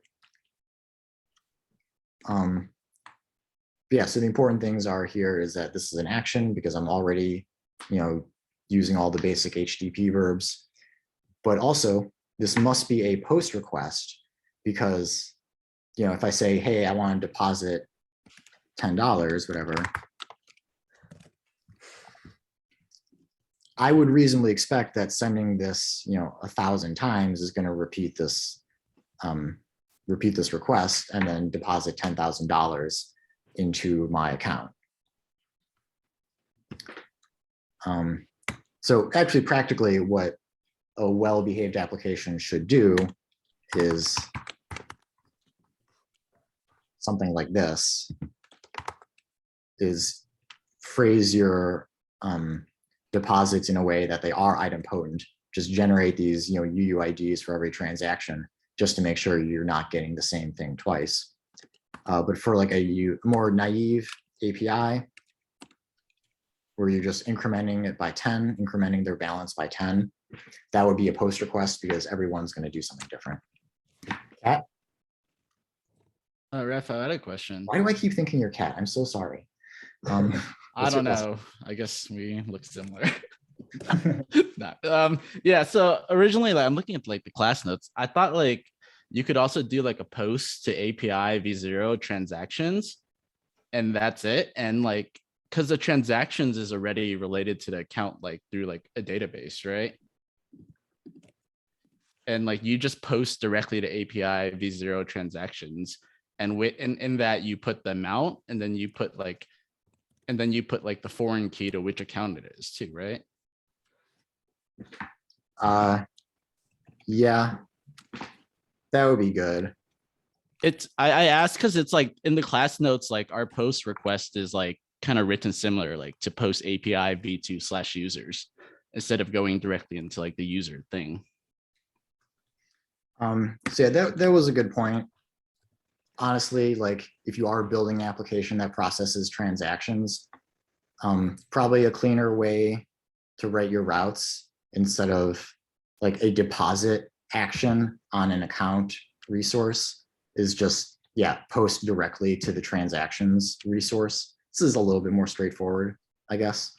And in fact, the most recent company I worked at, if I'm remembering correctly, I'm pretty sure this was how our API was set up. You just post to transactions when people are depositing or withdrawing money. So yeah, it's totally reasonable. And then in this case, every transaction has a unique ID. In this case, no. No. But in this case, they do. Okay.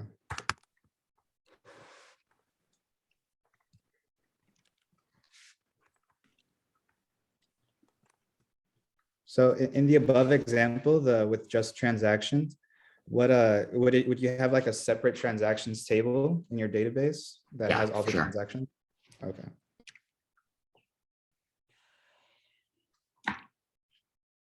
Yeah, definitely very common to have a separate transactions table, keeping track of all the money it's moving where from whom.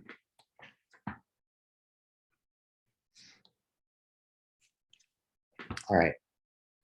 So it looks like we got a pretty good handle on basics of RESTful API design, choosing your URLs and your verbs. So I just want to kind of summarize here, take-home method of like when and why to use REST. So you use REST to make resources on your server available to clients.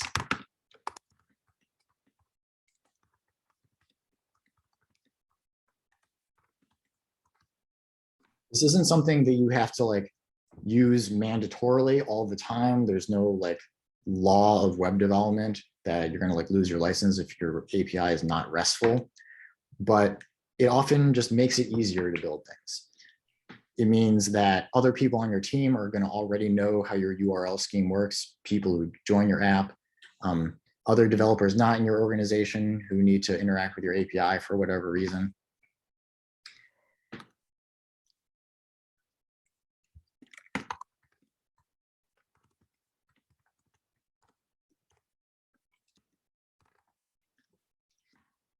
So it's just about like conforming to standards and doing things that are well understood so that things work the way people expect them to. Now, you don't always have to use like all the RESTful principles in all cases. I've already mentioned to you a few instances where following some particular RESTful design principle isn't going to do you any favors, and so you might choose to ignore it.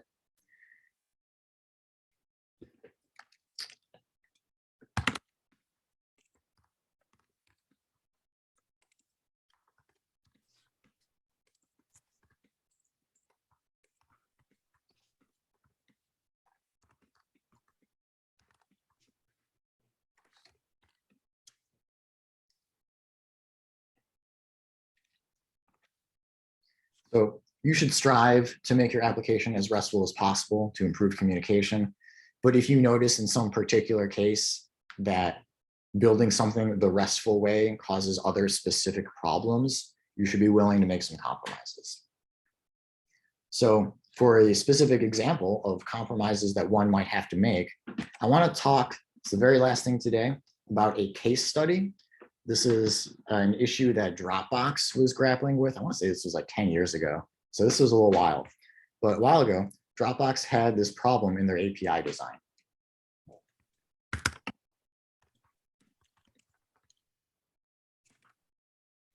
So they had a route called /delta.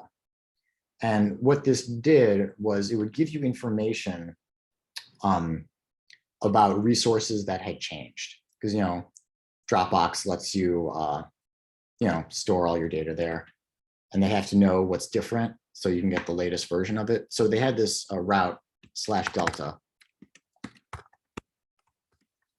Tells you about changes to your documents.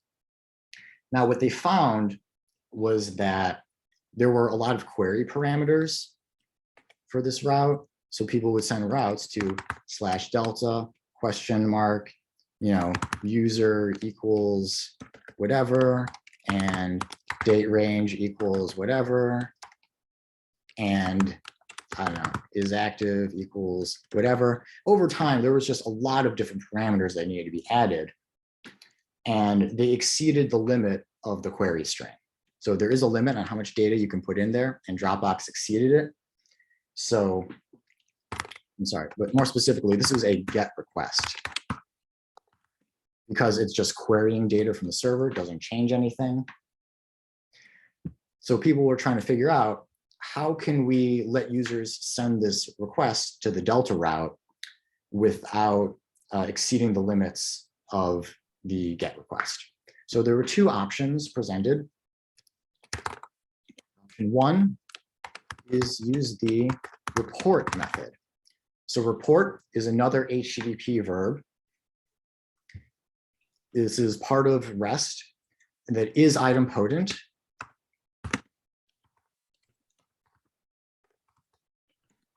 But unlike GET, it has a body. And it's defined for like returning data, like getting reports. Option two, use post. So, proponents of option two are saying that this is the simplest option because everybody already knows how post requests work. We've seen them before. A lot of people were complaining, though, that this is not RESTful because this route on Delta, it doesn't change anything on the server. All it does is give you information about your own files without modifying them at all. So a post request is really kind of misleading the client doesn't do what you think it should do. So people were saying that using report is more RESTful because the semantics are, it means you're getting data, it means that it's idempotent, but it also has a body, so we can include all this extra information about what we're trying to query in the body. So I just want to pose this question to class. What do you all think is the right decision here? What would you have chosen if you were the Dropbox API designers? Again, this is a public API for customers to be using Dropbox.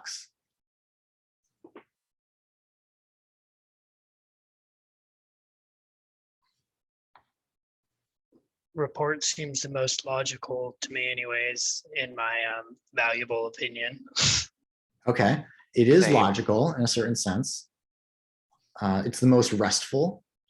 Do we have any dissenting opinions? I was thinking report as well, but also it could be a problem because like report's not a commonly used HTTP verb. I imagine that not many people just know off the top of their head. They're like, oh yeah, report is idempotent and has a body. That would make sense. They're just gonna have to go look it up. That's the answer here.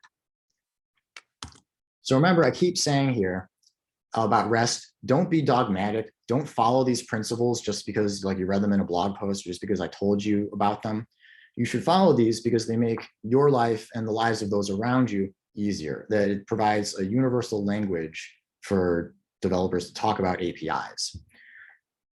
So even though technically report is more RESTful, like I said, most developers don't know everything about REST. They just have kind of a functional working understanding of REST. Most developers have never heard of the report method. If you insist on using report in your API documentation, people are going to read over that and be like, what the heck is going on here? Never seen this before. Do I even know REST? Whereas if you say in your documentation, like, hey, the Delta route uses post, this is not RESTful, deal with it. Like people will read that and be like, hey, this isn't RESTful. Okay, anyways, and then they'll just carry on with their day after acknowledging it briefly.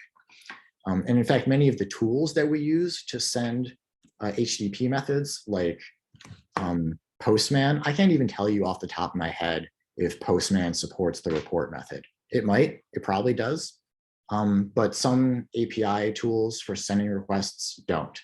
So some developers might have had to actually change their tools in order to support the report method. So Dropbox made the decision. I think that it's the correct decision to use the post method for this API, and no one has complained about it since. So I think it was a good decision. So that's my take home message here, is just don't be dogmatic, be flexible, be reasonable, try to communicate with other people, be a team player. But also know what idempotence is, because it's a real winner on interviews if people ask you about REST. With that being said, we're gonna take a 2-minute break now, come back at 11:15 for your guest speaker. Really sorry about the super brief break. If we've got more questions, we're gonna cover them at stand down. Thanks, everybody.